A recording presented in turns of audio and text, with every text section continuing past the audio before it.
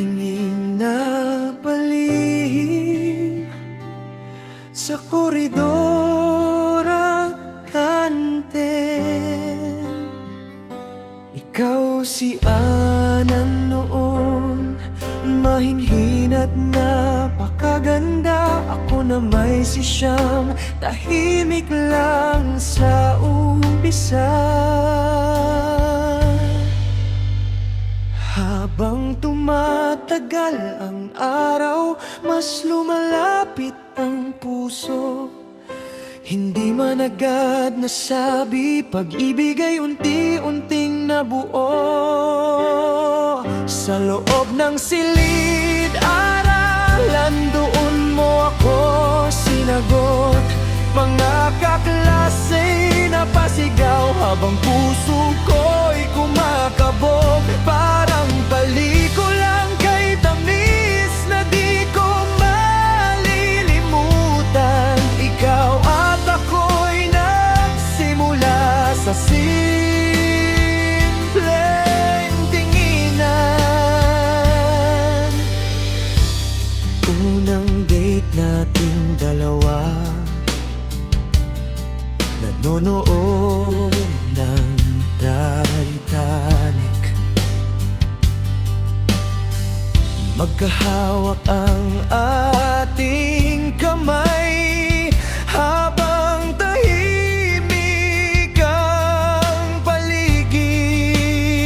At nang sumapit ang eksena, na puso'y parehong tinamaan. Sa dilim ng sinehan, unang halik ay natikman. Mula nun lalong tumibay ang pangarap nating dalawa. Lahat ng unos at problema sabay nating inarap sinta. Sa loob ng silid-aralan, doon nagsimula ang lahat. Hanggang sa tayo'y magsama at bumuo ng pangarap. Hindi man naging madali, buhay nating tinahak. Ngunit pag-ibig nating tunay, hindi kailanman kumupas.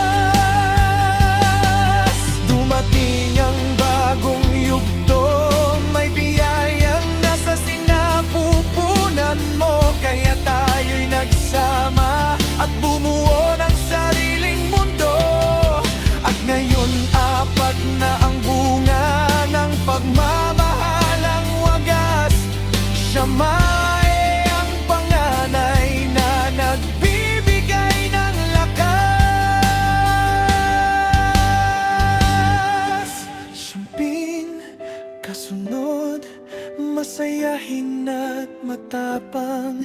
Si Ashley na may napakalambing na ligaya ng tahanan.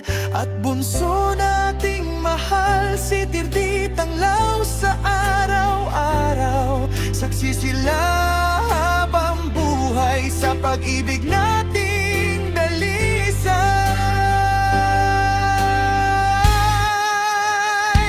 Mula high school na alaala hanggang sa habang buhay, ikaw pa rin si Ana, na laman nitong puso't isip.